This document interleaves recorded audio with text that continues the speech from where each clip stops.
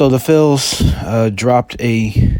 Well, actually, no. We dropped the last of a 3-game series, but we were able to win our final series of the year against in Miami, 2-3. Um, Overall, it was a successful road trip, winning 4 of 6. We took 2 of 3 from the Brewers, and then we took 2 of 3 from the Marlins. We won over half the games on the road trip, which is what we said we needed to do. It was overall a solid series from the Phils. We were able to, like I said, go on the road and take care of business following a really gutsy series win in Milwaukee. The first game of the series, we took 9-3. We got key contributions, particularly from the back of the order. Brandon Marsh and Harry Bader each, and Max Kepler, each going yard, providing the offensive spark that we needed. The top of our lineup has been kind of slumping, all with the exception of Trey Turner. The top half of our lineup hasn't been able to get it going offensively, but these are the kind of series where one part of the body isn't working, the other part has to kind of do a little bit more. They kind of have to compensate for the main part. If the eyes are blurry, or if they're not able to function as properly as you would like them to, your arms and your legs are going to have to do a little bit more, and so forth. Other family members, other appendages have to, just do a little bit more to make sure that you can get through, and that's what they did in the first game. Brandon Marsh, Bader, and Kepler, again, like I said, and Bryson Stott. That was where the majority of our offense came from. I mean, Trey Turner, he went 4 for 5, but overall that was about it that he did in the box score.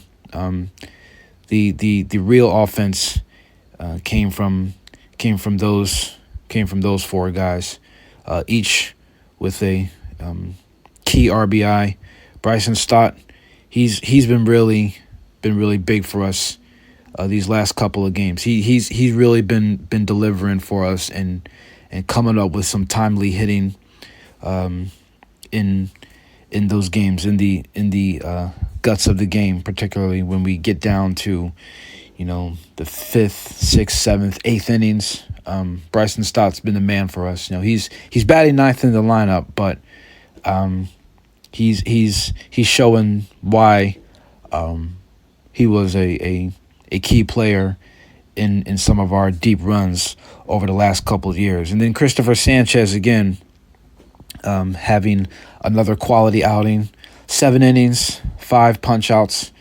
Aren't drastic numbers, but anytime you can get 7 innings out of your ace, because that's what Christopher Sanchez effectively is. He's our ace now with Zach Wheeler gone for the year. Christopher Sanchez is going to have to step up and be our ace, and that's what he demonstrated in that first game of the series. So it was a all around good outing from the entire team. Offense, defense, really going hand in hand and really doing a good job of delivering the win. The second win of the series, or the second game of the series, which resulted in a win,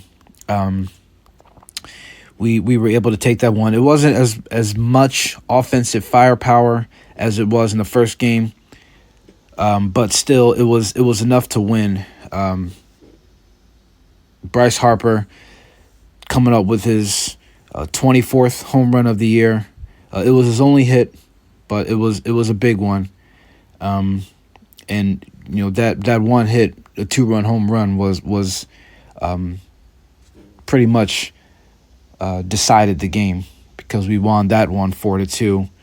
Um, and you know, Harry Bader, another big hit. Edmundo Sosa coming up with some big hits. And then Jesus Luzardo. He had been falling on some tough times because he had given us some okay outings, but he never was able to pitch well enough to see the win or to factor into the decision, and we were able to get him the win that he needed in the second game. So not as much offense, but we did enough, and we did what we were supposed to do to get out of there with that second win and decide the series. The third game of the series is really what is going to stick with a lot of people, because in that third game, Taijuan Walker got the ball, and let me just say, Taijuan Walker, he had coming into this game, he had been pitching much better. He had, he was still showing some flashes of, giving up a bunch of runs in a single frame, but he had kind of calmed it down, and he had been, holding his own. I even heard at one point that people were talking about maybe he was following the Zach Wheeler injury, he might have been, as much as the third best pitcher in the rotation behind Sanchez and Suarez. Well, that came crashing down in a hurry in this last game because he gave up 4 in the first inning.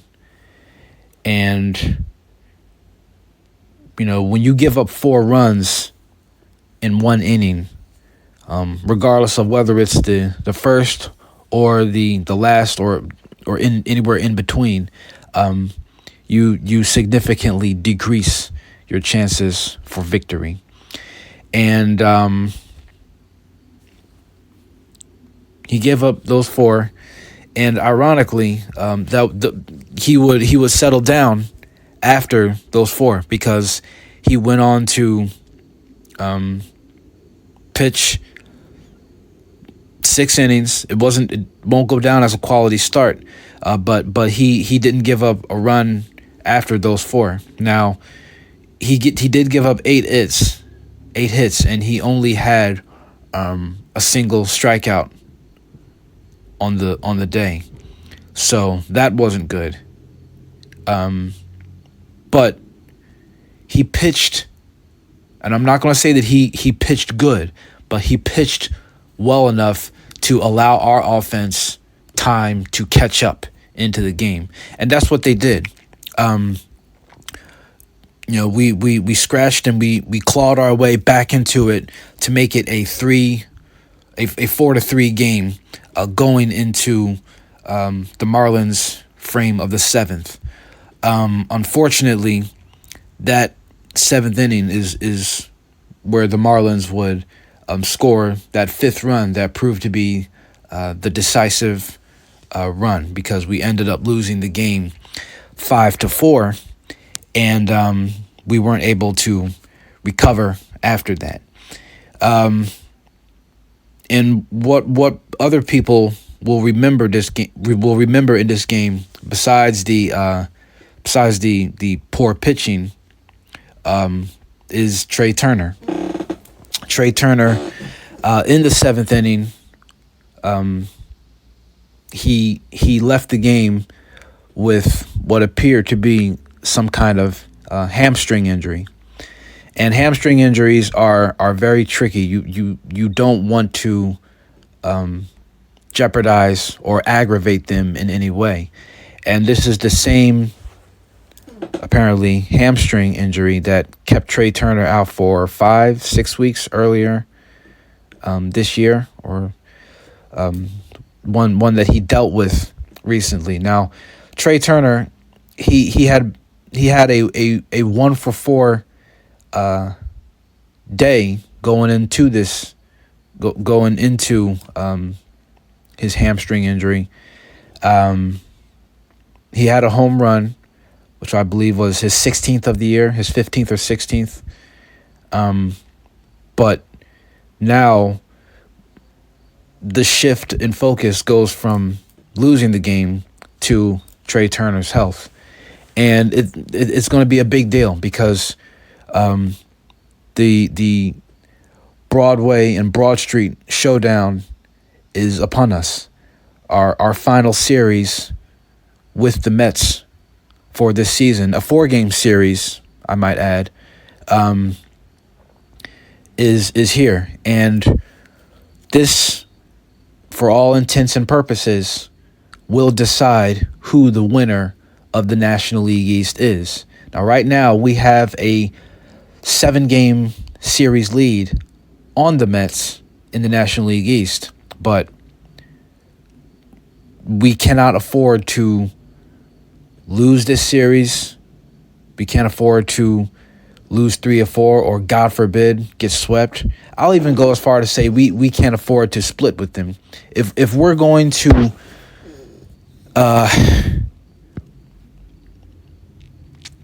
reignite our confidence whenever we play the Mets. Now I'm speaking for the team. I'm not speaking for myself. I feel like we can beat the Mets anytime, whether we're in here, whether we're at Citizens Bank Park, or whether we're in Citi Field. You know, I'm never going to be fearful of playing the New York Mets. That's speaking for myself. That's just not how I operate. I'm ready for my team to play anybody, whoever, wherever, whenever, in any conditions. And that goes for all sports.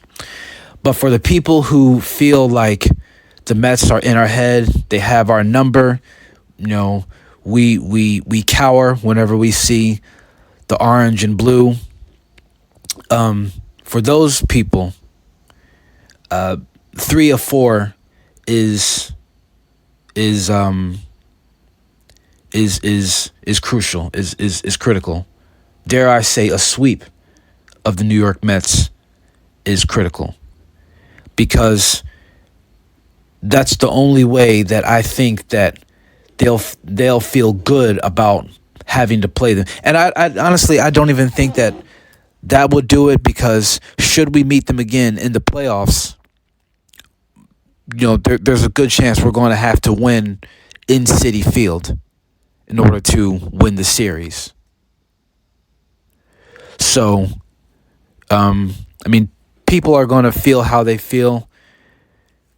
You know, it is what it is.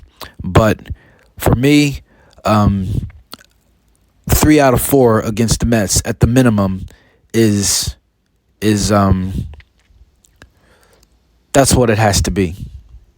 We got to take 3 out of 4 from these guys. And, you know, a couple of convincing wins, a couple of laughers, I wouldn't be opposed to that. I wouldn't be opposed to that. And that gets a lot more challenging should Trey Turner sit out some of these games, which I think that he probably will. You know, they might have him DH as a you know, worst case scenario. They might have Trey Turner in the DH spot. You know, Topper might shift around the lineup a little bit, play with them. But yeah, I wouldn't be surprised if Trey Turner misses some games. 7 games with 20, if that, left to play. I think that the Phillies have some leeway, and they have some margin for error to where they can sit Trey down, give him a breather for a couple of games. Maybe they sit him down for a game or 2.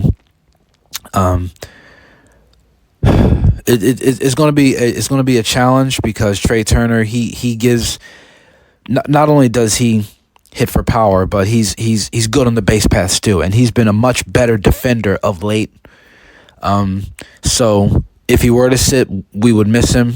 My guess is that our infield would probably look something like maybe Bryce at first, Bryson at second, Edmundo Sosa playing the shortstop. Although I don't think he has the, I don't feel like he has the range and the infield athleticism that Trey does, or the kind of ability to navigate that shortstop area that Trey does. Sosa at shortstop and Alec Boehm at third. That would be my guess as to how the infield lineup will look should Trey Turner sit out a couple of games or maybe even the series. We'll have to see how it plays out. We'll have to see how it plays out. Trey's supposed to be getting an MRI on his hamstring today, and see what the severity of it is. He said that he pulled up lame and felt like it was kind of grabbing on his leg a little bit there. So we'll have to see. We'll have to see how it shakes out. But regardless of whether he plays or not, like I talked about in the beginning of this segment, when one part of the body is down, when one limb isn't functioning, or when one limb is in a sling, so to speak, is hobbled, handicapped, the other parts of the body have to pick it up to make sure that the entire collective unit continues to function well, and that's what the Phillies will have to do. Kyle Schwarber, he's been MIA ever since he hit number 49, and people are going to be looking for him to hit number 50 this year. So hopefully, what better team for it to come against than the Mets, than our arch rival. We're in the home stretch. And this series with the Mets, we have a chance to, if in a perfect world, we have a chance to potentially go up 11 games on our division rival, on our bitter division rival, with 18, 19, 20 left to play. 16, somewhere in that 15, 16 range left to play when this series is over. And if we could go up 11 games on the Mets with just 2 weeks left to play, that would be an absolutely huge deal. It would do so much for their confidence, so much for the city, so much for the fans. That would be big. That would be big for the Phillies to accomplish this. So, it's Mets time again. Phillies and the Mets, a long standing bitter history between the two, but let's make sure that we get this one, that we get our lick back. And if we can put a huge dent in the Mets' playoff chances, because they just lost the series to the Reds. They lost 2 of 3 to them. If we could put a dent in their playoff hopes by taking all 4 of these games, that would be huge. Everybody would love that. So let's focus. Get ready to defend the bank. Send that orange and blue, black and blue, and let's increase our stranglehold on the NL East. Give ourselves some real momentum heading into the final 2 weeks of this season.